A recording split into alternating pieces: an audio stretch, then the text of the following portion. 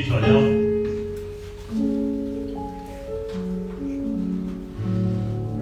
Livro de Joel, capítulo 2, versículo 18, diz assim: Então o Senhor se mostrou zeloso da sua terra, compadeceu do seu povo, e respondendo lhe disse: Eis que vos envio o cereal, e o vinho, e o óleo, e deles serei fartos, e vos não entregarei mais ao opróbrio entre as nações. Mas o exército que vem do norte eu removerei para longe de vós. Lançá-lo-ei em uma terra seca e deserta. Lançarei a sua vanguarda para o mar oriental, e a sua retaguarda para o mar ocidental. Subirá o seu mau cheiro e subirá a sua podridão, porque agiu poderosamente. Não temas, ó terra, regozija-te e te alegre, porque o Senhor faz grandes coisas. Não temas os animais do campo, porque os pastos do deserto reverdecerão. Porque o arvoredo dará o seu fruto, a figueira e a vide produzirão com vigor. Alegrai-vos, pois, filhos de Sião, regozijai-vos no Senhor, vosso Deus, porque Ele vos dará em justa medida a chuva, fará descer como outrora a chuva temporã e a serode. Eis que se encherão de trigo, os lagares transbordarão de vinho e de óleo. Restituo-vos-ei os anos que foram consumidos pelo gafanhoto, migrador, pelo destruidor e pelo cortador. O meu exército enviei contra vós outros. Comereis abundantemente e vos fartareis, e louvareis o nome do Senhor vosso Deus, que se ouve maravilhosamente convosco. E o meu povo jamais será envergonhado. Sabereis que eu estou no meio de Israel, e eu sou o Senhor vosso Deus, e não há outro, e o meu povo jamais será envergonhado. E acontecerá depois que derramarei o meu espírito sobre toda a carne. Vossos filhos, vossas filhas profetizarão, vossos velhos sonharão, e vossos jovens terão visões. Até sobre os servos e sobre servas derramarei o meu espírito naqueles dias. Mostrarei prodígio no céu e na terra, sangue, fogo e coluna de fumaça. O sol se converterá em trevas, a lua em sangue, antes que venha o grande e terrível dia do Senhor. E acontecerá que todo aquele que invocar o nome do Senhor será salvo. Porque no monte de Sião e em Jerusalém estarão os que forem salvos, como o Senhor prometeu, entre os sobreviventes, aqueles que o Senhor chamar. Diga para esse crente pentecostal, que eu já vi que ele está alegre, está melhorzinho, chegou aqui triste, mas já está alegre. Diga para ele: estou protegido novamente. Livro de Joel, capítulo 2. No capítulo 1 você vai ver que Deus se opõe a Israel. Às vezes nós achamos que a luta é porque existe um demônio que está travando as coisas. Mas eu entendi desde o Antigo Testamento que Deus não tem costume de mandar demônios no Velho Testamento para tratar, já que Ele adquire como um povo dele. Se Ele adquiriu como um povo, Ele mesmo sabe como tratar. Então, como é povo dele, Ele começa a colocar as regras dele. Como todo país existe a sua regra, Ele, como dono do povo, está instituindo as suas regras, e surgem ali os mandamentos. O povo é respeitado, o povo é livre enquanto cumpre-se os mandamentos. Depois que não se cumpre os mandamentos, você é aprisionado. Então o que acontece? Deus está chamando o povo, coloca agora os mandamentos e diz: se ouvires a minha voz e praticar, eu deixo vocês livres. Mas se caso vocês ouvirem e desobedecer, a prisão é fato, o pecado te leva. E eu sempre digo, toda transgressão tem um dano. Alguns por um tempo se afastam porque transgrediram, outros não voltam nunca mais porque transgrediram, e outros morrem porque transgrediram o caminho. Então nós entendemos que todas as vezes que transgredimos, querendo ou não, mesmo que você diga: orei ao Senhor e o Senhor me perdoou. Perdoou não quer dizer que você não terá consequência. Os seus erros trazem um dano na sua vida, porque hoje nós estamos numa mania do cai, levanta e Deus perdoa e está por aí. Mas não é bem assim. O cai, levanta, Deus te perdoa, mas a consequência jamais é apagada. Não tem como. É aquele cartão de crédito que tu botou lá, passou, e depois você diz assim: não, eu estou comprando, nada vai me acontecer. Não, amém, está aqui, ó. O seu boleto acabou de chegar. E sempre tem um dia que vai vencer a conta. E o problema está quando começa o dia do vencimento. Cobrança. Israel aqui já não está mais como crente. Israel está desviada. E Deus agora não vai mandar demônios. E o Deus vai começar a tirar as coisas. Jó entendeu bem isso, um crente maduro. Deus deu e ele deixa o tomar. Às vezes nós não queremos pregar que Deus tem poder para nos tirar. Mesmo que Ele mande um demônio para fechar a porta, aprenda isso. Quem dá a última palavra é Deus. Os demônios ele pode ter até o desejo de fechar a porta para você, mas ele só acontece se Deus autorizar. Senão é só desejo e não pode ser cumprido. Diferente de Deus, que quando Ele pensa, Ele mesmo executa e ninguém assina embaixo. Ele decidiu, Ele faz as coisas. Quando Ele decidiu colocar Jó na prova, Ele não pediu autorização a ninguém, não pediu companhia de ninguém e nem perguntou conselho de ninguém, até porque quem poderia aconselhar o Todo-Poderoso? Ele resolveu e disse: lá está o meu servo Jó, tem visto? Aí Satanás vai começar a acusar e diz: pode tocar em tudo, só não toca na sua alma. Satanás vai fazer exatamente o que Deus mandou. Sabe por quê? Satanás não é como a gente. Satanás sabe do poder de Deus, principalmente quando ele foi lançado sobre a terra e houve um caos na vida dele. Ele sabe que o mesmo Deus que colocou lá em cima é poderoso o suficiente para bater. Sabe por quê? Satanás também é propriedade divina. Ele pode atacar a sua casa, mas ele tem um dono. Ele pode até levantar demônios contra você, mas ele tem um dono. Se Satanás tem um exército, me desculpe, até no exército de Satanás é Deus que coordena. Então levante a mão que está do lado de quem é soberano. Aleluia. Você está do lado de alguém que é soberano. Ele não precisa pedir opinião a ninguém. E às vezes porque a gente acha que meia dúzia de coisas, meio conceito que nós fazemos, Deus tem que avisar tudo o que Ele quer fazer. Ele não tem que avisar. Ele avisa se Ele quiser. Ele é Deus. E se Ele nunca mais quiser falar com você, Ele continua sendo Deus. Mas eu louvo a Deus porque o silêncio foi quebrado. Eu te louvo a Deus porque o muro da separação foi quebrado. Por quê? Porque antes da fundação do mundo e entra o concerto, a Bíblia diz que estava sacrificado o cordeiro. Antes de você nascer, Deus está dizendo: é um sacrifício que eu vou voltar para o povo. Deus todas as vezes é obrigado a voltar para o seu povo, porque antes de ser visível, aconteceu no céu um sacrifício dizendo: eu vou voltar. Aleluia. Por causa do sacrifício que houve. Glória a Deus. Então todas as vezes que há uma oportunidade, quando Ele toma posse, o povo quebra. E há uma oportunidade é porque houve um acordo antes da fundação. O cordeiro já tinha sido prometido e sacrificado. Por isso existe esse retorno em Joel. Porque Deus não poderia acabar com a sua propriedade antes de cumprir a sua palavra. Mas o que mantém a palavra aí até o final, o que faz a diferença da destruição e o amparo da proteção, é o cordeiro que foi sacrificado.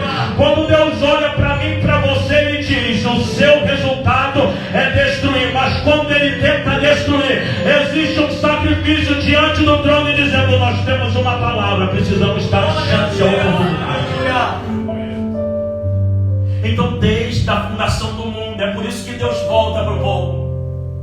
Mesmo sendo humilhado de várias formas, sendo abandonado, Ele sempre levanta alguém. E aqui em Joel, Ele vai começar a fechar as portas e tirar tudo. Porque Deus vai começar a mexer. Entenda-se aqui que Deus, dessa maneira, Ele está prometendo uma restauração de fora para dentro. Porque o povo aqui está com o coração tão endurecido que eles teriam que ver Deus florescer do lado de fora para aquele que do lado de dentro seria mudado. Então entendemos que o povo está tão afastado de Deus eles agora olham para o campo, e no versículo 18 que vai falar, Jesus agora, porque nos versículos anteriores, Deus está clamando por um conserto. Porque o povo abandona. As pessoas abandonam e acham que o abandono a Jesus fica de graça. Não fica. Tem que ser a consequência do abandono. É bem claro, você vê que um filho que abandona ou é abandonado por um pai, fica as marcas. Uma revolta de um filho contra o pai que é tão zeloso, fica uma marca. E você acha que teu abandono não fica uma marca? Você acha que o seu desvio não fica uma marca? E você vai ver que apesar de Deus suprir a necessidade sobre esse que foi abandonado, sempre fica registrado, não é um apagão. Mesmo que Deus venha suprir a necessidade dele, colocar, levantar uma casa, ser um bom pai ou ser uma boa esposa, o abandono marcou tanto que ele leva aquilo para o resto da sua vida. Da mesma maneira, quando um filho maltrata o pai e abandona o pai, ele pode se recuperar, ter agora outros filhos, mas aquele abandono, aquela revolta, marca.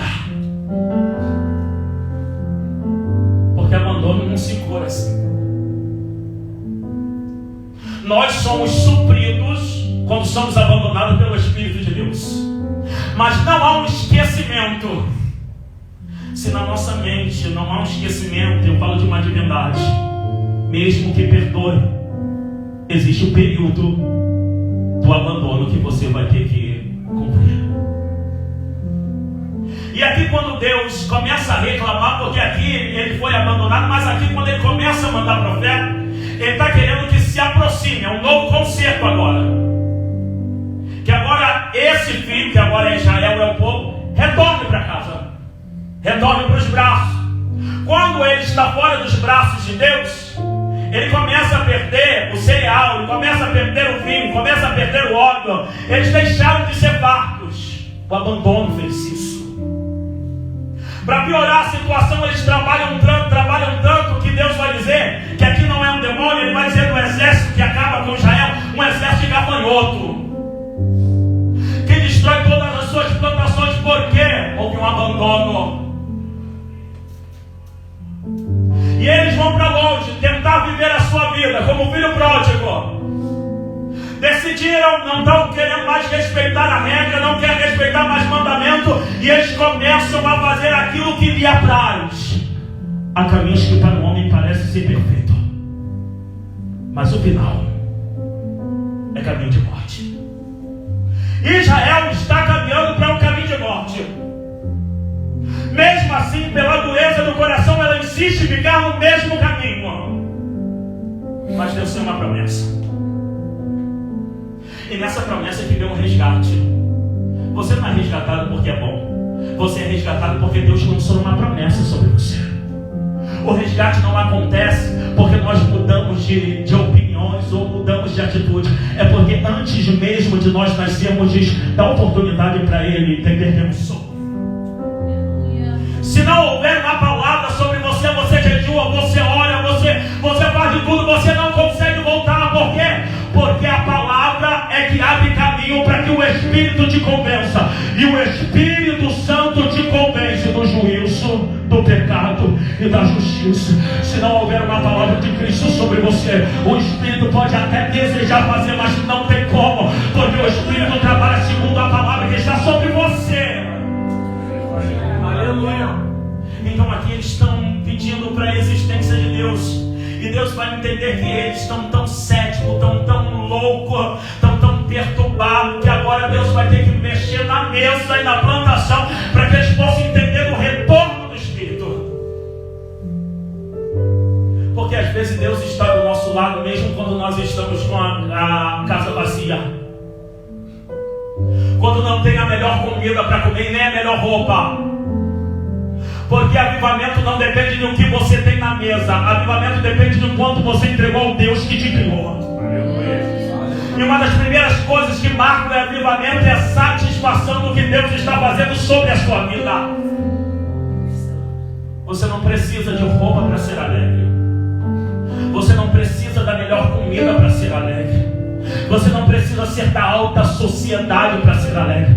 Você precisa servir ao Senhor Jesus de todo o coração. E eu te digo, a roupa pode ser velha, pode ser antiga, mas você vai estar alegre, porque não é a roupa que faz traz alegria. Tu pode estar lá contando os mantimentos, mas você será alegre, porque não é o mantimento que te alegra, é a presença do Cristo, que mesmo com pouco mantimento você sabe: eu como com Ele, eu me visto com Ele, eu vivo para Ele, levantei por causa dele, glorifico o nome dele, porque antes da fundação do mundo,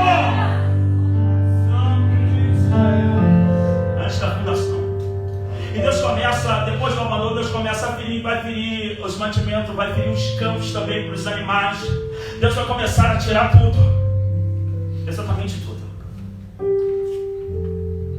Mas ainda nesse tirar tudo, é uma tentativa de despertamento para ver se você volta. Porque se você não voltar, eu vou deixar até meus dois para lá que já sei isso. Se você não voltar, nós temos que entender, irmão, que às vezes a gente está dentro da igreja, mas nós estamos afastados de propósito. E quando nós estamos afastados de propósito, nós estamos desviados dentro de uma igreja. Porque o ser humano veio para um propósito. E nós estamos até hoje com um embaraço: qual é o meu propósito, qual é o meu chamado? Me perdoe te dizer, se você não se dedica a saber qual é o seu chamado, está crítico a sua vida. Porque além de ser convocado para ser salvo, você tem que se empenhar para entender o que Deus chamou você. De que maneira Deus quer levantar você? O que Deus prometeu sobre você, e através daquilo ali você levantar, como vai fazer em Ezequiel, um grande exército. Depois que ele vai descobrir: Deus me chamou como profeta, então qual é a sua ordem? Profetiza, eu levantarei. Porque Ezequiel começa a frutificar quando ele entende. Israel ali está afastado, está fora dos braços. Enquanto está fora dos braços, o que acontece? Os inimigos agora se levantam e tem vitória para Israel. Em Juízes vai dizer isso bem claro. Por 7 anos eles estão escravos agora. E quando Deus vai dizer assim: eu vou dar o livramento através de você, ele vai dizer assim: como posso ser livre? Durante 7 anos nós estamos em escravidão. Se o Senhor é conosco, por quê nos aconteceu tanta derrota? Aí você vai descobrir que na casa do pai de Gideão existe um altar a outro Deus. Tu ainda pergunta por quê? Porque se a casa de Gideão é só uma casa que vai botar lá, e as outras que um dia foram alimentados por Deus e hoje está dando glória a outro espírito. Por isso Elias vai de encontro a Acabe. Porque Acabe tem outros deuses e ele celebra que o Deus dele dá agora o mantimento, faz florescer agora as plantações, e do fruto da terra agora ele come. Por isso Elias vai chegar e vai profetizar a seca, neutralizando os deuses estranhos, dizendo: se o teu Deus é tão poderoso, ó Acabe, o seu Deus vai ter que romper a lei que nós profetizamos, não haverá chuva. Durante 3 anos e 6 meses por aí agora, vai acontecer que o Deus de Acabe não consegue vencer. Você pensa que Acabe não tentou? Sério que você acha que Acabe não tentou consultar o seu Deus? Você acha que Acabe, em nosso tempo, não acendeu a capela? Você não acha que Acabe colocou lá os seus altares agora debaixo de uma árvore? Você acha que ele não se pegou os seus melhores magos, seus melhores bruxos e começou a fazer um ritual para que o Deus dele providenciasse? Colocaram, não deu nada certo. Até que Elias vai fazer agora um propósito, um desafio publicamente. Eles deixaram seus profetas. O Deus que lança fogo do céu, esse é o Todo-Poderoso de Israel. Aleluia. Você vai ver o que eles vão fazer. Eles vão fazer por que isso acontece. Acabe é rei, Acabe está fora dos braços, Acabe abandonou Deus. Então Deus agora está nesse meio, tirando tudo, lhe chamando para um concerto. Porque mesa cheia não quer dizer que é concerto de Deus. Acabe tinha mesa cheia, mas estava afastado. Acabe tinha roupa bonita, mas estava afastado. Acabe tinha as melhores festas do reinado, mas estava afastado. Acabe tinha servos, mas estava afastado. Sabe por quê? Acabe tinha tudo que o seu olho e a sua autoridade poderia lhe dar, mas pela quebra do mandamento ele não teria o que é mais precioso precioso, o Espírito de Deus. Não olha, e como diz a palavra, não se indigne pelo sucesso do ímpio. Que às vezes tem crente cabisbaixo olhando a vida do ímpio e dizendo: ele tem e eu não tenho. Mas você sabe o preço que ele está pagando. E a não existência do Espírito na vida dele, porque o Espírito não entra porque ele nega, e outro não entra porque ele não conhece. Acaba está proibido de receber o Espírito de Deus porque não se volta a Deus. Mas Deus, por um tempo, deixa ele comer a melhor comida, deixa ele vestir as melhores roupas, e não tem falta de céu. Até que Deus levanta agora o profeta, e o profeta vai fazer o desafio. As águas param, começam a habitar agora a vegetação, os animais começam a morrer. Toda vez é isso. Vai lá nisso para você ver. Faraó tinha mesa boa, Faraó tinha servos, Faraó tinha a melhor casa, mas Faraó não tinha a existência de Deus na vida dele. Sabe o que tem acontecido na igreja? É muita ingratidão. Porque a gente vem à base de comércio. O que Deus pode me dar, o que eu posso possuir. Eu sou feliz quando o profeta levanta e diz: Deus vai me dar a casa. Eu sou feliz quando Deus levanta e diz: estou enchendo a tua despesa. Você já não é mais feliz pela mensagem da cruz que é lhe dada. A maioria não se alegra simplesmente com a declaração: seu nome está escrito no livro da vida. Para você empolgar o crente com uma mensagem dessa, você tem que vir cavando, você tem que vir mostrando os benefícios, como era necessário apenas nós ouvirmos: seu nome está escrito no livro da vida. Hoje, para o crente se alegrar, Deus tem que abrir porta. Para o crente se alegrar, tem que encher dispensa. Para o crente se alegrar, ele tem que agora ter posse. Não basta, o seu nome está escrito no livro da vida. Desviados, vazio da glória de Deus, recuaram do propósito divino, mas eles conhecem a lei, e todas as vezes houve uma oportunidade de eles se consertarem, porque sempre há um homem chato, sempre há um profeta chato, sempre há alguém chato dizendo: volta e se conserta. Aleluia. Tu está dentro dos territórios de Israel, tu conhece a lei, mas tu está desviado.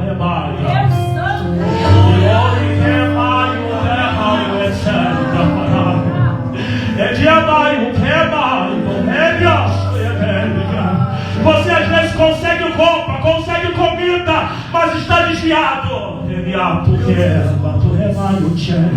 perdoe te dizer, quanto jejum você fez, não vou dizer nem pelos outros de fora, pela sua casa. Quantas vezes você dobrou o joelho pela tua família? E achamos que estamos dentro de um propósito divino. Como? Abandono de lado, está achando que está bem? Aqueles que não tomam conta da sua casa são pior do que os infiéis. Imagina o dano de um infiel. Mas Deus está dizendo: o infiel já toma dano, mas você vai tomar mais dano do que o infiel. Estamos errando. Estamos querendo a glória de Deus, mas estamos cegos dentro de território divino. Israel tem a possibilidade, Israel tem a lei. Me perdoe te dizer, não é demônio que aprisiona, é coração duro que não quer voltar. Israel passa. A gente tem mania de dizer assim: fulano de tal não veio porque é demônio. Não, porque demônio ele não pode vencer. O demônio não pode vencer uma igreja de jejum e oração. Se fosse demônio, já tinha sido resgatado pelo nome de Jesus. Mas como é resistência, Deus tem que vir mandando dano até que ele se renda, até que ele diga: estou completamente dominado. Aí acontece aqui, porque para voltar Deus começa a tirar tudo, tem que quebrar. Está resistindo ao Rei da Glória. Mas diferente dos demônios, que ele dá uma ordem, os demônios vão embora, ele precisa que você reconheça. E o problema está em reconhecer, porque a gente não reconhece. A gente leva uma vida mundana dentro da igreja. Queremos ser cheios do Espírito Santo, queremos ter mesa farta. Me perdoe, se em tempos difíceis você não consegue ser crente, imagine em tempos bons. Se em tempo de ruína, que em tempo de ruína só sobra quem te ama muito, e Deus. Enquanto você está em glória, está todo mundo envolvido em você, porque você tem que bradar, está publicamente que Deus é contigo. Mas quando você está em ruína, some todo mundo, e só fica quem realmente te ama. Mas quando está bem, por isso eu vejo alguns crentes que eles não são um sucesso, e nunca serão um sucesso. Se em tempo de ruína eles não se prostram, em tempo de sucesso não se dobrarão. Se em tempo de dias que tem que contar alimento para comer, passa o sufoco para pagar a conta, eles não se dobram. Em dia que ele tiver mesa farta, tiver uma casa boa, tiver servo, aí é que ele não se dobra. Porque em tempo de danos, cria-se a necessidade, um alerta dizendo: tu está precisando de Deus. Ainda um alerta. Mas Deus vai mandar uma palavra. Então o Senhor se mostrou zeloso e compadeceu do seu povo.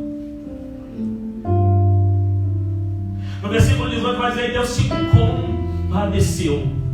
Salmo vai dizer: como um pai se compadece do seu filho, assim o Senhor se compadeceu. Deus aqui está cansado de destruir. Deus está cansado aqui de humilhar. Deus está cansado de fazer de opróbrio. Mas esse cansaço de humilhação, de botar de opróbrio, vem por causa dele que foi sacrificado. Porque o que quebra a resistência de Deus, para que ele não continue destruindo, só uma outra divindade. E o Jesus é que quebra essa resistência. Sem essa resistência, sem esse cordeiro, a resistência de Deus diante dos homens é a mesma coisa. Juízo atrás de juízo, tirar atrás de tirar, dia após dia. Não permitir que o ser humano se revele. Por quê? Porque ele é santo e o ser humano quer viver no pecado. Mas por causa de Jesus se quebra essa resistência. E aí o que começa? Porque, irmão, você é salvo enquanto serve Jesus, irmãos. Depois que você deixou de servir Jesus, tu recebe um apagão. Sua luz é Cristo. Se tu deixa o caminho a um apagão, porque é tudo por causa dele. Você tem que se submeter tanto para ter a bondade de Deus, até que Deus veja Cristo em você. Ele não pode te ver. Enquanto ele vê o Márcio, ele diz: ainda tem que te destruir. Porque o Márcio não é perfeito o suficiente para entrar. Então você tem que se esconder no esconderijo do Altíssimo. O esconderijo pede-se humilhação. Você tem que descer a um grau de humilhação aonde só apareça um. Não pode haver dois. Não pode aparecer você e Jesus. Quando Deus olhar para você, Ele tem que ver o seu filho. Uma marca que Ele colocou sobre você. E se Deus conseguir ainda ver parte minha, se prepare, Ele vai te destruir. Ele vai quebrar você ao ponto de quando Ele olhar para você e dizer: tem gente demais aí nesse concerto. Quando me aparecer o único cordeiro, eu mudo a história. Fora isso, não tem como.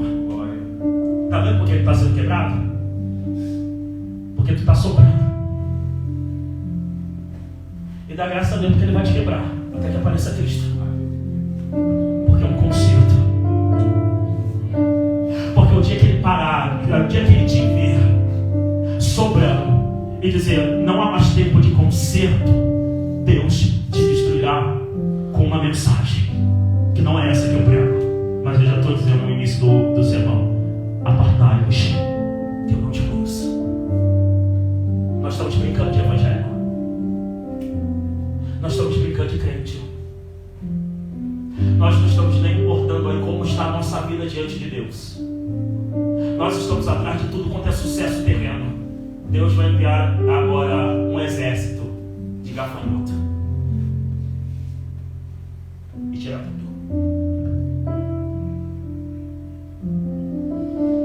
Por quê? Porque Deus queria. O povo estava sobrando demais. conseguia ver o cordeiro no meio do povo. E como não consegue ver o cordeiro no meio do povo, não tem quem defenda o povo. Mas aqui, então o Senhor se mostrou zeloso. No meio desse tempo todo, aparece o cordeiro, que lembra da promessa da não destruição. Lembra da promessa de você não ser aniquilado. Lembra da promessa de dizer: tira da vergonha, tira desse caminho que está, tira dessa derrota. Aí você diz: eu oro e jejum. Você ora e jejum porque você tem que mudar. Você ora, jejum e lê a palavra porque você tem que se manter no ambiente que te salva. Você ora, jejua, lê a Bíblia e vem para a igreja, porque a igreja em toda a terra é o único lugar onde se faz menção do nome de Jesus. Você pode ir num bar lá, o nome de Jesus não é pregado diariamente. Você vai dentro de uma discoteca, o nome de Jesus não é pregado diariamente. Nem na minha casa e na tua casa, se não vigiarmos, Jesus não é pregado diariamente. Então existe uma necessidade de vir para a igreja, porque todas as vezes que a igreja abre, está dizendo do nome. Mesmo que às vezes nós reclamamos que está a igreja corrupta, que está vazia, ou que está sem a glória de Deus, todas as vezes mesmo sem glória de Deus, vai ter que voltar e colocar a glória de Deus no nome de Jesus, porque nenhuma igreja está aberta se Jesus ainda não tem mantido. Glória a Deus, aleluia. Afastamento não quer dizer que Jesus o abandonou. Às vezes ele está tomando conta de longe, foi mandado embora, mas de longe eu estou tomando conta. E existe uma promessa de volta. Por isso ele não abandona. Tem crente que ele não abandona, ele fica até longe desse coisa. Porque existe uma palavra. Nós temos que aprender mais a amar a Bíblia Sagrada. Porque o que nos coloca dentro do céu é o cumprimento dessa palavra. Se honrarmos Jesus, porque a Bíblia está em salvação, não está falando que Deus salva sozinho. Por intermédio de Jesus. Porta para entrar, crê em Deus, mas vai ter que crer em Jesus. E quem não crê nele, nós pregamos o João capítulo 3, versículo 16, mas é um juízo aquilo. A gente pega a parte que mais nos convém, que é o amor e a salvação. Agora diz assim: Deus amou o mundo de tal maneira que aquele que crê nele, Deus, seu Filho unigênito, por todo aquele que crê nele, não pereça. Mas se não crer nele, já está condenado. Em outras palavras, você tem que se segurar em Jesus. Você tem que se amarrar com ele. E o dia que a luta apertar, tu rola no chão com ele. Glória a Deus. Porque se você não estiver com ele, sua dispensa pode encher. Porque aqui vai ser um benefício territorial. Aqui não estão dizendo que todos vão se converter. Mas é um povo que no meio disso aqui tudo se converte. E por causa desse povo que se converte, Deus volta para o povo. Volta para o território. Então, por um povo que se converte, Deus se sente agora para alimentar e fazer um povo sucesso e mostrar também que Ele é Deus, abençoar tantas pessoas. Mas não por merecimento. É porque tem algumas pessoas que reconhecem Ele como Salvador. E como reconhecem Ele como Salvador, Ele entende: só eu posso cuidar. Está vendo aí a sua falência? Está querendo se cuidar sozinho? De qualquer maneira, sem consultar a palavra, sem consultar o caminho. E às vezes nós vemos muito número e você pergunta: o que Deus tem na sua vida? Ele diz: eu não sei. Porque tu está desviado. Jesus é o caminho, a verdade e a vida. Sabe por que você não sabe até hoje? Porque você esqueceu dessa escritura. Porque você tem que se encontrar no caminho. E o caminho para você, que às vezes quer ser super espiritual, quer ver visão e revelação, o caminho não está dito em visão e revelação. Para você, o caminho está escrito aqui. Assim como você coloca um GPS para chegar em lugares que você não sabe, para você chegar no céu, você também não conhece. Você vai precisar consultar o caminho. Você só sabe o final, mas até chegar lá você não sabe como chegar. E aí você precisa da orientação da Bíblia Sagrada, porque ela vai te dar o caminho, a maneira que você vai chegar, quanto de investimento você precisa ter, o que você vai passar até chegar no final, no dia do juízo, e com a consciência pura, santa, ao ser recebido no céu. Então você precisa da Bíblia.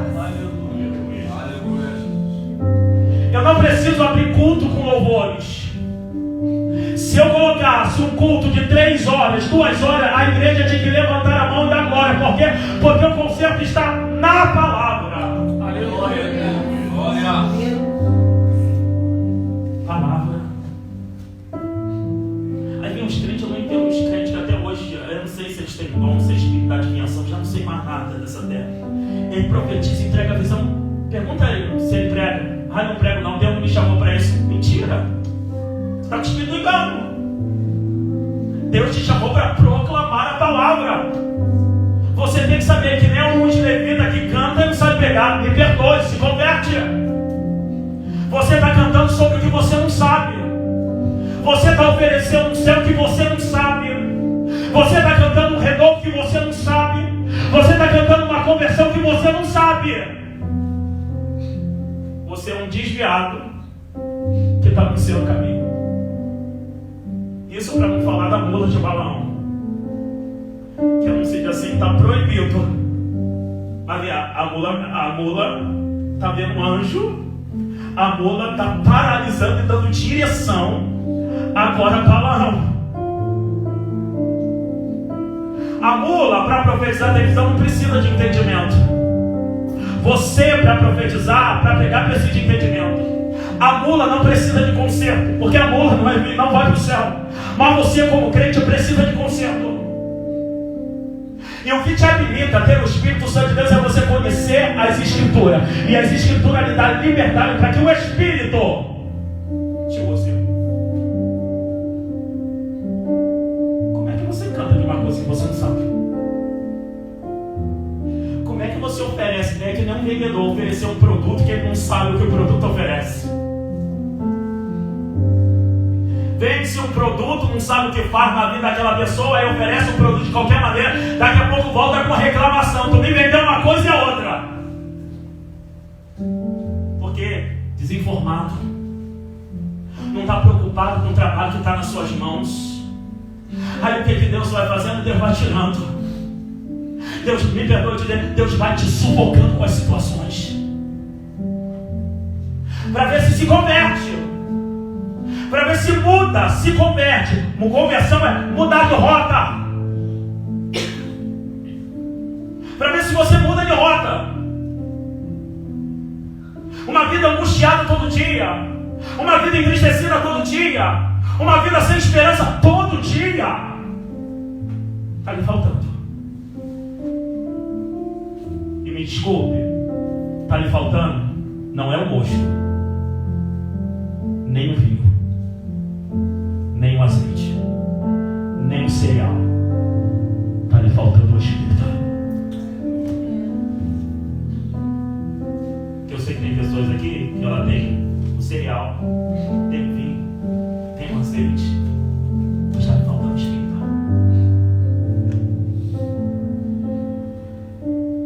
E por um tempo da minha vida eu falei, vou ficar pregando concerto para quê? Quem quiser viver, que viva. E às vezes você fica chato, você olha assim, mas então você não precisa pregar não, só você viver. Viva. E aí eu aprendi que se tem pessoas que não querem, outras vão querer. Por mais que o nível de humilhação seja terrível e tremenda, sempre terá alguém que vai querer Jesus. Às vezes nós vemos pessoas abandonar Jesus por nada. Por uma crise, por uma decepção, por uma traição. Enquanto a outra já vem com a vida toda arrebentada, entra dentro da igreja, entra aí, é abandonada, é humilhada, e pergunta a ele, não, para mim me basta. Meu nome está escrito no livro da vida. Tem pessoas que entraram na igreja, eles não vieram atrás de ouro. Eles vieram atrás de Jesus. Graças a Deus. Tem pessoas que elas serão sempre dirigidas. Tem pessoas que amam tanto Jesus. Tem pessoas que elas não amam tanto. E todas as vezes que não amam tanto e não tem disposição para buscar Deus a esse ponto, então Deus dá pessoas para lhe dirigir. Agora, pessoas que amam Deus acima de tudo, homens não podem dirigir. Só uma pessoa pode dirigir: o próprio Deus. Porque se colocar esses homens na mão de alguém que o dirige, pode minar o potencial dessa pessoa. Então Deus coloca ele sendo dirigido diretamente por Deus, porque sabe o valor e sabe o potencial que esse homem ou essa mulher tem. Por isso algumas pessoas elas são governadas apenas por Deus. E quando são governados porque assim é louco, é soberbo, ou seja lá o que falam, né? Não, irmãos, é que eles amam tanto que Deus diz: eu não posso te deixar na mão de homem, porque o homem pode minar o seu potencial, então você tem que vir para mais próximo de mim. Aleluia. Aonde não haverá engano, aonde não haverá erro, sabe por quê? Existe um abrigo que é permanente. E esse abrigo te atrai para ele, dizendo: seja próximo, mas tem uma vida Glória a Deus. de extrema humilhação. Esse dia me mandou, acho que foi você, né, João? Me mandou que para se aproximar de Jesus você não precisa jejuar, não precisa. Eu falei: amém, irmão. Para você que não jejua, para você. Sim. Não, você não precisa jejuar. Deus já se aproximou de você. Você que não jejua. Você que não olha para você ver o que você vai ser. Um morto-vivo dentro da igreja. E vai pegar uma escritura que nunca vai falar de conserto. Sempre vai falar da glória. Que Deus vai te dar ouro e prata. Os olhos estão fechados. Pegamos hoje a Bíblia Sagrada e pegamos para o nosso próprio benefício. O que se tornou hoje? Tem coach, tem um monte de pregador que te promete ouro e prata, mas eu prometo a você que você terá uma cruz. Porque é a única maneira de você ser discípulo. Quer ser discípulo, negue-se a si mesmo. E o que você ganha? Uma conta bancária alta? Está te dizendo que todos os dias a sua dispensa será lotada? Estava no estudo domingo e a irmã me olhou assim: pastor, quem Deus chamou, eu acredito que não falta. Eu digo: falta. Falta, às vezes falta. Até porque você não está condicionado que está na tua mesa. Aleluia. Você não se dobra a Deus pelo que está na sua mesa e nem está no seu corpo. Você se dobra pelo aquilo que Deus lhe deu, a morte no Calvário, e consequência disso você crê o Espírito de Deus está sobre você. É por isso que algumas pessoas conseguem ser felizes e meia ruína, porque eles não acreditam no que vê, eles acreditam no que ouve. E bem-aventurado é a gente que ouve, que a gente não pertence a esse mundo, que o dano no cereal não nos afasta dele, que o dano no vinho não nos afasta dele, que o dano no azeite não afasta dele, nem o dano agora na plantação nos afasta dele. Jesus sabe que tem algumas pessoas que podem danificar de tudo quanto é jeito. Por isso ele vai deixar, ele vai entregar já, ele danifica de tudo quanto é jeito. O que ele pode falar para ele no céu? E nós estamos na campanha de olha que Jesus faz. O que Jesus faz? Pessoas que não se dobram. Pessoas que não se envergonham de ser crente mesmo o dia que falta as coisas. Pessoa que tem prazer, mesmo a ruína, a dizer: o meu Redentor vive e por fim se levantará sobre mim. Pessoas que dão show em pessoas ricas, porque elas têm ouro e têm prata, e elas dizem: eu não tenho a paz nem a alegria que você tem. Sabe por quê? Porque ele tem ouro, tem prata, mas não tem o que nós temos. E eu não abri igreja para pregar para você ouro e prata. Eu sei que Deus faz, mas primordialmente eu vim pregar para colocar Jesus dentro da igreja. Aleluia. O dia que Jesus não estiver mais dentro da igreja, não é nem interessante eu pregar. Porque o que faz sentido ao meu sermão é o Jesus que eu prego. O que faz sentido ao meu sermão é o sangue derramado no Calvário. O que faz sentido hoje é você procurar o batismo com o Espírito Santo, é o sofrimento que houve. E por que você sofre por Jesus? Porque eu entendi. Primeiro ele sofreu. E eu tenho que ser tão grato a Deus que eu tenho que sofrer o máximo por ele.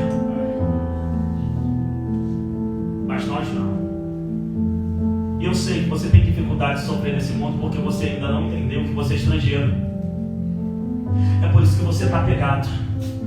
É por isso que você reclama do pão que falta. É por isso que você reclama da roupa nova que você não tem. É por isso que você reclama da casa que não é boa que você tem. Porque você não entendeu que você é um estrangeiro. Glória a Deus. Quando você entender que você é um estrangeiro, vai dizer, tá bom, tá me faltando, mas eu sou viajante. É só um momento, eu vou comer melhor. Quando você entende, olha para lá e diz, essa roupa não é nova. Calma, essa roupa não é o seu reinado, é passagem, você é viajante. E nessa viagem tu está com pouco recurso, fica tranquilo, você vai voltar para casa. E quando você fica nessa casa sua alugada, porque ainda que seja própria para você, para os salvos, casa própria nunca será permanente, sempre será alugada, porque a casa que tu compra é alugada, dizendo, não, por um momento eu estou pagando aqui, está alugada, eu estou pagando o imposto daqui, eu acho que essa casa, por mais a melhor que for, não é minha, eu estou de passagem aqui hoje, porque ele vai chamar. Aleluia. Aleluia, Jesus. Mas eu ouço, ou melhor, eu vejo algumas pessoas no dia do chamado ficarem com a sua casa.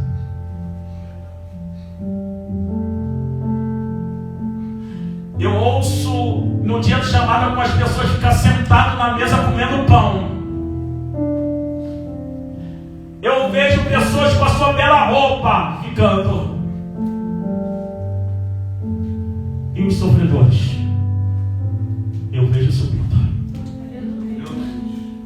Eu vejo eles cheios do Espírito Santo. Aleluia. Aleluia. E os mortos, os salvos, milagre, ressuscitarão. Aleluia. E os que são fiéis, porque bem-aventurados aqueles que o Senhor no dia da sua volta encontrar trabalhando. E os que terão seu corpo transformado. E o que tem ouro ficará vendo o maior espetáculo da humanidade. Aleluia. O maior espetáculo, a maior festa. Mas infelizmente algumas pessoas que eu conheço, eles até pregam, eles até cantam, eles até tocam, mas não subirão. Por isso nós nos empenhamos em manter uma igreja de baixa mansão. Por quê? Porque é o céu mais perto da vida deles. Porque depois que o culto acabar, os salvos vão embora, nunca mais sentirão a presença de Deus. Nunca mais sentirão a alegria momentânea de dentro de um culto, porque eles só conseguem ser alegres dentro de um culto. Você veio hoje na igreja para quê?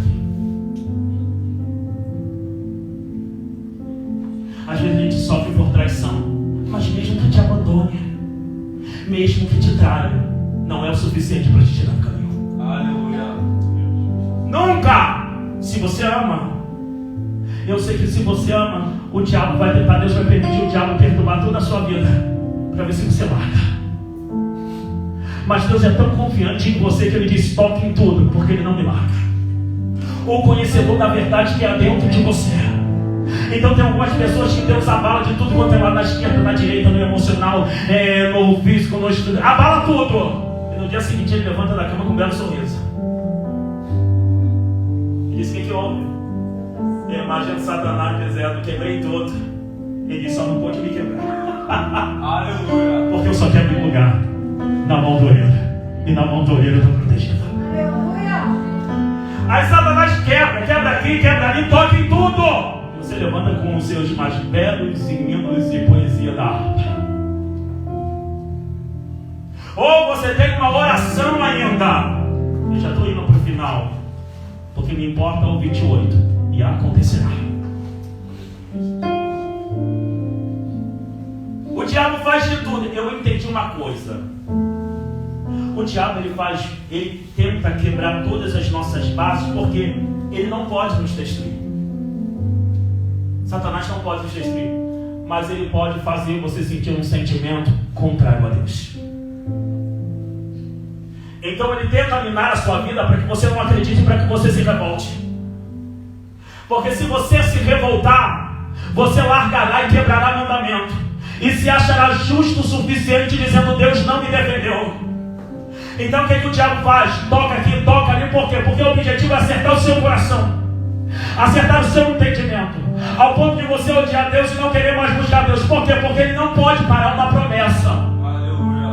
Mas Ele pode parar contaminar a tua visão. Ou melhor, quando Jesus me disse: Márcio, Satanás não precisa matar ninguém, é só contaminar, porque não age em contaminação.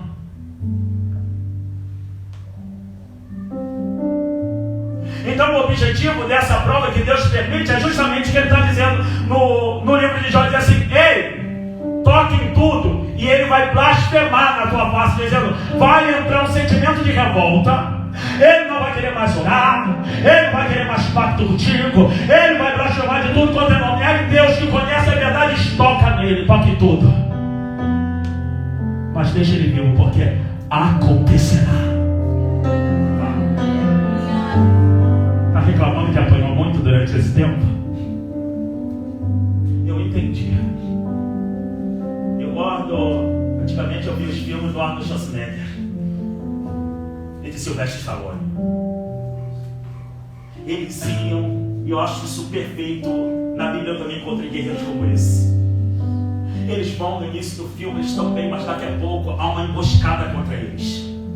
Um exército muito grande, eles são únicos. E eles conseguem tocar em tudo, toca, dá soco, às vezes até tem um tiro, estão sangrando. Como às vezes tem um pastor, um missionário, que estão exatamente desse jeito. Está sangrando. A casa cai em cima deles. Aí os inimigos dizem assim: nós vencemos. Daqui a pouco, do escombro, das poeiras, do abandono das dores e do sangue escorrendo, uma mão, como diz Apocalipse, com pouca força, levanta do escombro, não negaste o meu nome, ainda baleado e sangrando, pega a sua melhor arma que tem, pega a Bíblia Sagrada e diz: me bateram, me espancaram, me humilharam, me caluniaram, me jogaram um teto em cima da minha cabeça e dizemos: sepultamos. Mas Deus permitiu. Pode vir, isso não pode matar. Aí te joga no chão, daqui a pouco acontecerá que surgirá um braço que te ajudará a jogar agora os escombros para o lado, lembrar da arma que sempre esteve ao seu lado, e você começa a dizer para o seu inimigo, dizendo: tu guardou todas as suas roupas, gastou todas as suas coisas para te destruir, mas eu. Capítulo 2, versículo 28. E acontecerá que depois do escombro, depois da humilhação, aleluia, depois do retorno para Deus, depois das humilhações extremas na sua alma, e acontecerá que depois derramarei, aleluia, derramará o Espírito imbatível, o Espírito que te torna imortal, o Espírito que te torna invencível, e derramarei o meu Espírito sobre toda a carne. Eu tenho uma profecia: tu vai estar tão cheio do Espírito que tu vai transbordar. E se prepare que essa história vai ser tão grandiosa que pessoas contará do dia que você estava no escombro, do dia que você levantou e quem você se transformou. Numa máquina que jamais podem ser destruídas. Vamos voltar para o Arnold Schwarzenegger, eu vou voltar para a Bíblia. Daqui a pouco ele pega a sua arma. Ou também Sylvester Stallone. Ele está cansado, está ferido, está abatido, mas destruído não. Pega a sua arma e pega o exército. Salmo 91 está dizendo: ei, levanta desse escombro, porque agora é minha hora. 1000 cairão ao teu lado, 10.000 à tua direita, mas acabou, tu não será mais atingido. Usa a tua arma e começa agora a decretar. Eu não sei se eu estou com crente desse tornar imbatível. Eu sei que Deus que você acredita, eu acredito no Deus que te joga lá embaixo, mas transforma o imortal. Eu acredito num Deus que permite a humilhação tão grande, para depois te levantar uma história tão extraordinária e dizer: a partir de hoje ninguém mais te toca, ninguém mais tem poder de te ferir, e sempre haverá resposta quando questionar quem é que levantou ele. aleluia, E ele consegue com aquela arma agora, ele consegue matar aqueles homens. No final de tudo, aí você entra num sistema que a gente não acredita, porque no final do filme eles o terminam na enfermaria, sendo curado, ou eles já estão felizes. Os filmes dos grandes guerreiros, na maioria das vezes, vai levar você ao lugar mais profundo de humilhação, mas no final tem alguém para curar suas feridas. Porque quando subir a letra, o final, você precisa ser feliz. E não se termina feliz na história em cima de uma cama paralítica. Não se termina no final da história você com o membro cortado. Não, nesse filme de hoje eu proíbo vitória na sua carne ao ponto que você tem que ir lá perdendo os membros do seu corpo. Eu profetizo que você terá uma saúde tão abençoada que no final de tudo, depois de tanta parte, de tanta humilhação, só se resta antes de subir agora, o final agora, dizendo: essa é a pessoa mais feliz. E você encontrou? Encontrei duas pessoas que fizeram a mesma coisa que eles na Bíblia. E eles vieram antes do filme de Hollywood.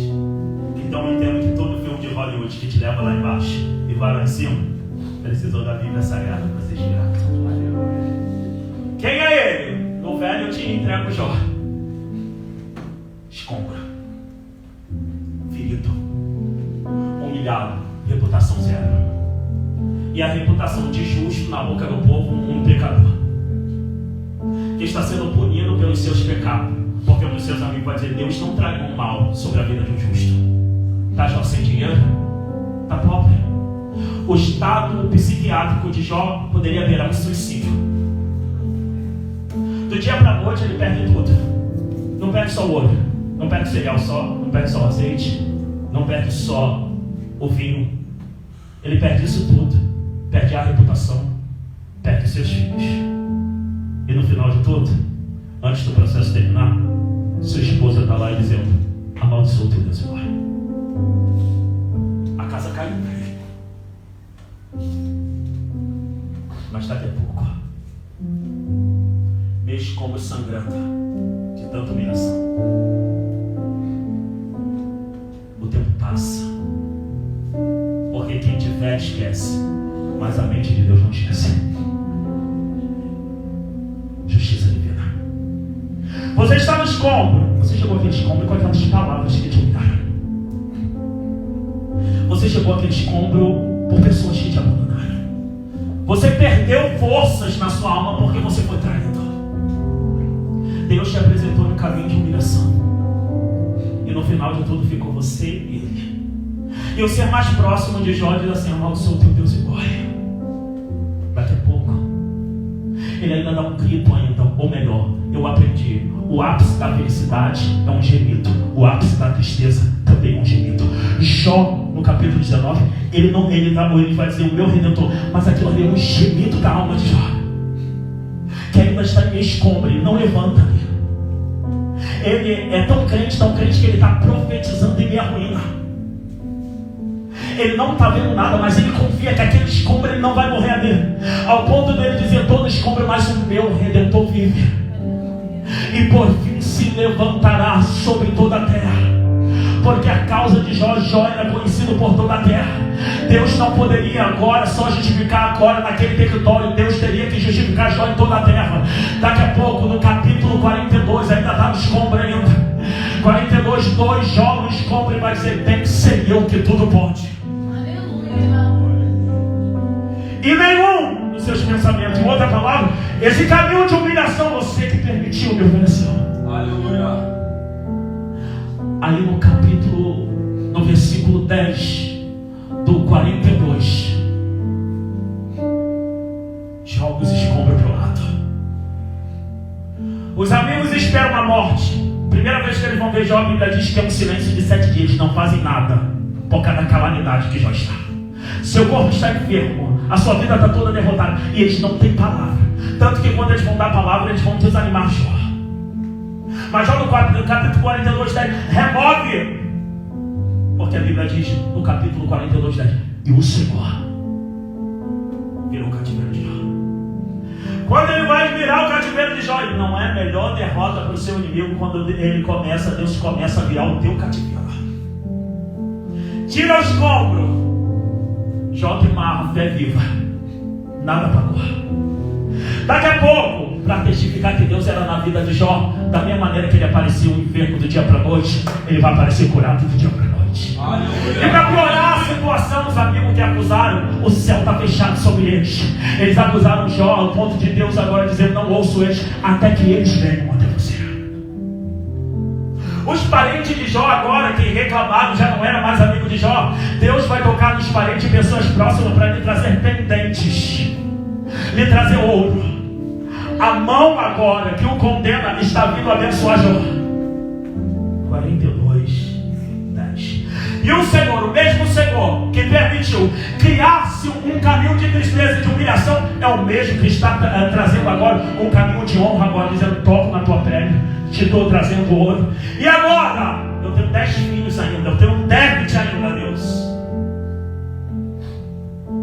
Perdeu 10 por minha causa? Deixa eu fazer uma história. E Deus toca. E é uma das coisas que a gente entende. Lá não diz que Jó se separou da mulher que amaldiçoou ele, que ele se foi amaldiçoado. Porque alguém tinha que ver. Alguém tinha que testificar de pé dizendo: passei todas as fases e vi você. A mulher de Jó vai ter que sentar e dizer assim: tu é homem valente.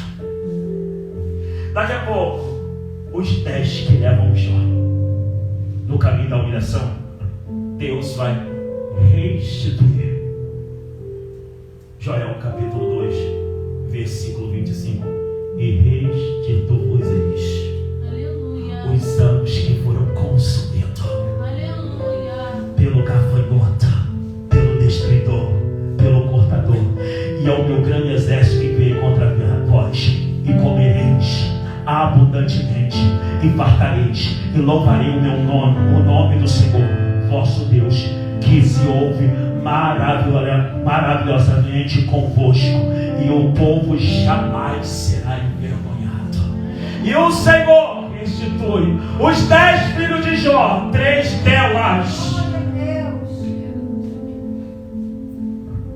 delas são capa de revista. 3 delas são as mais bonitas. Quem compara as meninas da terra diz: não existe filhas mais bonitas do que aquele homem que foi atormentado, do que aquela casa que foi destruída, da onde Satanás tirou a alegria porque perdeu. A Bíblia diz que as filhas mais bonitas, porque no lugar de vergonha, aleluia, Deus te dará dupla honra. Mas para mim terminar, porque você precisa dele, tem outro também, e esse é superior. Se não fosse ele, nem eu acreditava que eu poderia dar a volta por cima. Existe ele, e tudo é por causa dele. Para ele são todas as coisas. E se você hoje entender, você é dele, ele faz exatamente o que ele quer com a sua vida, e ele não tem que dar conta a ninguém do que está fazendo. Tá, ele, eu vou pular um pouquinho. Chegar no Getsemane, chora. Seu choro é tão forte, suas emoções estão tão abaladas, que seu choro se transforma em sangue. Deus não vai poupar ele. Para piorar a situação, quando ele desce, ele é atacado por alguém que ele tem acostumado a repreender a depressão e a morte. Ao ponto de dizer: amigo, com um beijo tu me trai. A dor do abandono já tinha passado. Logo após vai passar e vai ver Pedro negando ele 3 vezes, dizendo: eu ainda sou profeta, estou ferido, mas sou profeta. E agora, quando ele vê Pedro, agora Pedro nega ele vai passar. A Bíblia diz que quando Pedro nega a última vez, Cristo olha ele. Depois de receber a traição, ele é preso. A madrugada inteira ele apanha, e não tem quem defenda. Não tem alguém que se levante sobre ele. Ele está abalado emocionalmente, está abalado moralmente. Para ele não tem cereal, para ele não tem vinho, para ele não tem azeite, para ele não tem reputação, para ele só tem ferida. E quando ele vai agora, apanha, vão lançar ele em praça pública, para lá e para cá, porque estão resolvendo quem o pode matar. Eles lançam para os romanos agora lançam para eles a decisão, o que vai acontecer. Aí os próprios que viram o sucesso dele começam a abandonar ele. Num dia que é a liberação da Páscoa, eu tenho que liberar um malfeitor. De um lado Barrabás, do outro Jesus. E o grito é: solte Barrabás. Publicamente ele é humilhado, seu corpo está doente, está agora enfraquecido. E o que lhe resta agora é terminar o sofrimento que foi iniciado. Ele vai agora e levam a ele condenação. Mas por incrível que pareça, ele não fez nada, só veio pregar e veio curar. Chega ao ponto ápice da dor, ele sobe a uma cruz. E quando sobe a esta cruz, seu pulmão começa a perder ar. Ele já não tem força suficiente. Seu corpo está com uma abertura. Ninguém colocou uma gás nele. O seu rosto, os seus olhos, o seu rosto começa a estar deformado. Na sua cabeça não tem essa chapinha. Na sua cabeça uma coroa. Quando olham para ele, não olham ele como se fosse o Salvador. Estão olhando para ele como Lavário, o enganador. E algumas pessoas dizem: não falei que ele era falso profeta? Não falei que ele era só mais um dizendo que era o Salvador Messias? Ao final do herege, Calvário, corpo dilacerado, a alma doendo no ápice. E no final de tudo, ele que é crente, em cima de um escombro ainda, vendo seus inimigos triunfar por um momento, alguém lhe pede um conselho. E diz assim: eu não sei o local, mas eu acredito que você é o caminho. Eu queria ir, mas não sei como. Ele vai dizer assim: deixa-me ir para o paraíso, o ladrão da direita, porque ele deseja ir. Eu entendo que Deus te leva a lugares tão profundos de dor, porque é o único lugar que você pode acessar pessoas que não é acessado em culto. O Calvário acessa um homem que ele não é acessado no culto. Ele não é acessado no tanque de Betesda. Ele não é acessado em Samaria. Há alguém que só é acessado no Calvário. E eu quero te dizer uma coisa: mesmo ferido, crente fiel tem salvação. Ele vai vir e vai dizer assim: lembra-te de mim quando entrar no paraíso. O pastor dá vida pela sua ovelha, e a última ovelha agora está acabando seu ministério. Cansou, né? O corpo cansa de apanhar. A alma cansa de sofrer. E Jesus chegou no seu limite. Calvário é o limite de tudo. São 3 horas que ele fica agonizando. Ele vai pedir, ele vai falar para quem quer a indicação do paraíso, e diz assim: nem precisa. O paraíso virá até você, porque hoje mesmo o paraíso não está longe. O paraíso está do teu lado. Aleluia, Jesus. Hoje mesmo, comigo, tu estarás no paraíso. Aí a Bíblia diz que depois disso, ele diz: Tetelestai. Aleluia. Está consumado. José de Arimateia pega ele, e os inimigos dizendo: triunfaram. Vão enterrar ele. Coloca uma pedra. A casa caiu sobre ele. Os inimigos festejando, e dizemos: vencemos o herói deles. Vencemos o homem mais influente dos pobres, dos necessitados. Daqui a pouco passa a sexta. Sábado está indo embora. Tem mulheres preocupadas. Maria Madalena é uma delas, preocupada, dizendo: será que nós não vamos mais poder cuidar, pelo menos, do corpo? Ela está aflita, está angustiada. Ela precisa ver o corpo do mestre. O dia vai mudando. O sábado está indo embora. Quando o sábado vai começar a ir embora, vai entrar o domingo. E no domingo, dentro do sepulcro, antes de Jesus levantar da sua cama gelada, alguém já abriu a porta. Estava bem acomodado aí, mestre? A hospedagem era só 3 dias e acabou o seu tempo. O que foi? Sua viagem foi longa. Está na hora de nós virmos buscar você, porque nós precisamos de restituição. Em Apocalipse vai dizer que a cadeira do cordeiro estava vazia. Você não entende, não? O céu clamava a restituição. E no domingo, enquanto algumas pessoas comemoravam, ele vai dar o sinal. Pega os escombros, joga para lá. A equipe dele é poderosa. A equipe já vem preparar tudo. Jesus agora já deixa agora a sua cama fria, a sua estadia de 3 dias naquele lugar. Ele vai dizer: querem um sinal? Como Jonas, que teve a estadia de 3 dias no meio do peixe, assim há um hotel dentro do cemitério. 3 dias eu fico lá, no seio da terra. E no 3º dia, já pode pagar aí, que já está tudo pago. 3 dias ele levanta do sepulcro. E quando você vai ver ele levantar do sepulcro, entenda, nessa estadia, para onde que vem a morte, para ele é lugar de cura, porque ele está repondo as suas energias, e o seu corpo está sendo tocado dentro da sepultura. As marcas, ele vai dizer: existe uma palavra, nós temos que cumprir a palavra. O que foi? Deixaremos apenas algumas marcas. Aonde? No lado, nas mãos e nos pés. E todas, pode tocar aqui e começar a curar. 3º dia, quando ele levanta, ele não levanta cheio de ferida, ele já levanta curado, com a marca apenas do lado e a marca na mão, porque a palavra precisava se cumprir.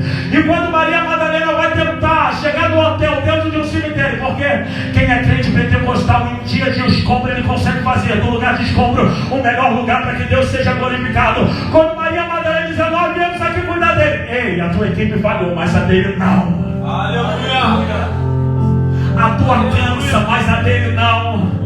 Maria Madalena, eu sei que é muito boazinha a sua intenção, mas a equipe dele, Aleluia, Jesus. A equipe dele chegou aqui primeiro que a sua equipe. Aleluia. E a sua equipe que estava pensando tratar dele, a equipe dele já tratou ele já bateu, já tocou, já está de pé agora. Quem foi? Está andando por aí, porque procura entre os mortos. Aleluia. Aleluia. Olha. Aquele que vive do outro lado, para ser pentecostal, ele entra, e aqui é o crente metamorfose agora. Ele entra por 3 dias, entregam dentro da cova um cordeiro, e sai dentro da cova um leão. Aleluia, Jesus. Eles levam, por isso Maria Madalena não podia ver ele, e assim nem reconhece ele. Porque quando olha para ele, eles entregam dentro da sepultura um cordeiro. Ela está acostumada agora com o cordeiro. Só que ele já vinha para ser transformado, seu corpo precisava ser transformado. O que acontece? No domingo, quando se abre, os anjos sabem que receberam ele na sepultura, estão inativos, porque não pode agir só curando ele, e dizendo: haverá uma metamorfose aqui. Aleluia. A lã está indo embora, e está surgindo uma pele de leão. Aleluia. Aleluia. As patas frágeis de uma ovelha vai embora, e ganhará patas fortes de um leão. Aquele que estava sendo ferido agora vai atacar o chão. Aquele que foi abandonado agora vai mostrar o poder que ele tem depois do abandono. Aquele que foi machucado como cordeiro, mas como leão você tem que levantar.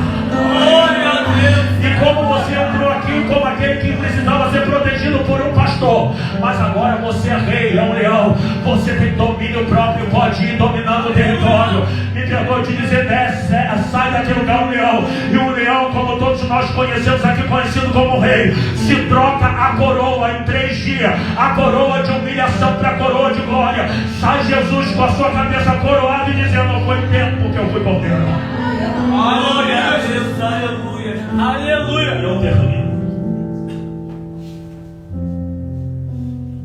Mexer com os crentes loucos dá problema. Aleluia. Tu até consegue destruir a imagem dele por um momento, mas quando ele levanta e sai do processo, nem se preocupe em pedir perdão, porque Deus vai te pedir da mesma maneira.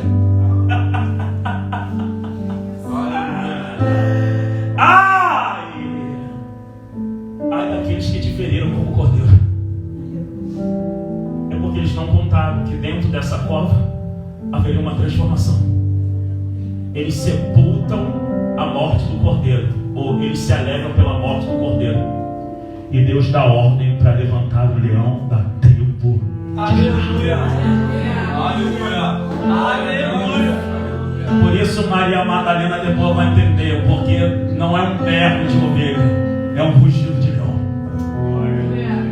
Ela não entende, logo depois que ela vai ler assim e dizer, é você mesmo. E para acabar, porque ele nunca perde, vai ele visitar os seus discípulos que estão atormentados, dizendo, e aí, nos venceram? Corremos atrás dele à toa. Muita gente disse que é o Messias. É verdade, é mentira? É profeta, é falso profeta? É filho de Deus, não é filho de Deus? Está mais complicado que dia de eleição entre Lula e Bolsonaro. Aquela discussão, uma para lá e para cá, mas eu acho que ele é, eu acho que ele não é. Ele ressuscitou e não ressuscitou, coisa linda. Para os salvos, ele entrando na reunião, para confusa a reunião. Então, uma confusão na mente deles. Eles esqueceram da palavra. Esquecer da palavra causa confusão na tua mente. Eles esqueceram, daqui a pouco. Eu acho tão lindo que o texto é bem claro. Eu não sei por onde, mas eu sei que ele chega na reunião. Porta fechada, janela fechada. Ouve-se uma voz dentro da reunião. Paz seja convosco. Aleluia. Aqui Jesus vai recuperar sua moral aqui hoje. Por quê? Porque a moral está abalada porque ele morreu. A moral dele vai ser levantada porque ele ressuscitou. Aleluia. Os seus discípulos estão quase sendo abalados porque só viram a morte. Ele diz assim, fica firme. Fica firme. E o que foi? Aí tem um que está incrédulo assim, eu só acredito se tocar. Por isso eu deixei as marcas, eu quero te salvar. Toca. Aí ele vai tocar, ele vai dizer, agora eu estou crente. Ele vai dizer, calma aí. Calma aí, não está crente assim não. Bem-aventurado aqueles que não viram.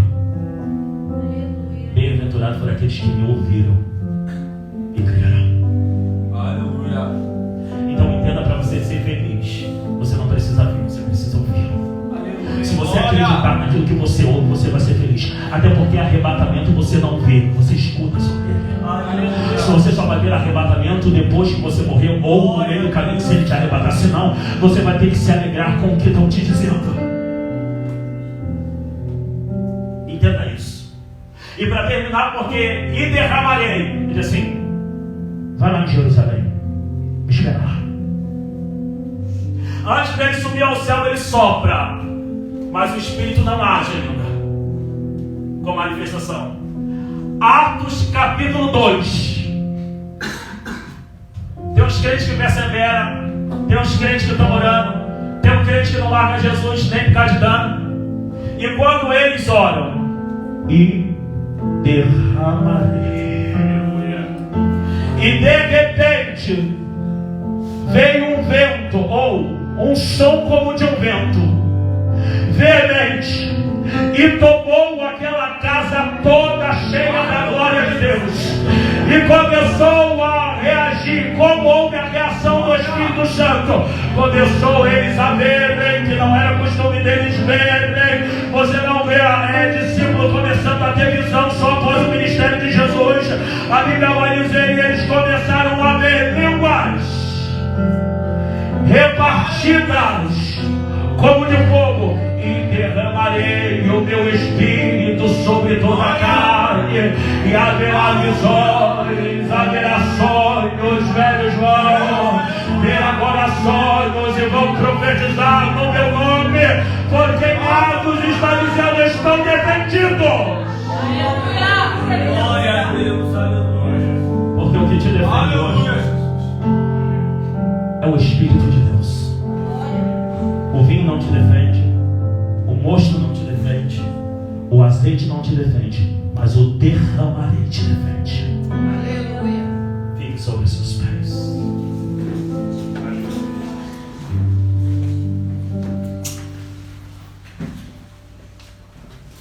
E derramarei. Estou protegida. Não vem atrás de ouro e prata, não. É vergonhoso. Vem atrás de Jesus. Aleluia. É glorioso. Aleluia. A diferença de quem serve e quem não serve é presença. Nunca foi material. Em dia de juízo, quem serve e quem não serve ele está protegido. Aleluia. Por que eu quero te dizer isso? Em breve uma nova praga bate no Brasil. E quem vai te defender? O mosto? O vinho? Você sabe que os dias que você falta culto pesa no dia da proteção. Levar Jesus de qualquer maneira pesa.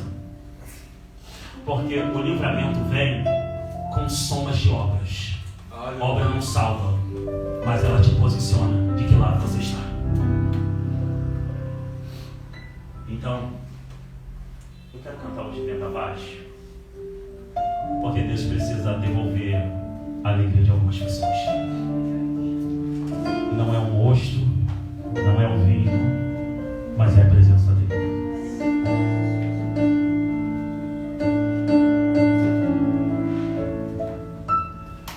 Hoje alguém falou seu nome.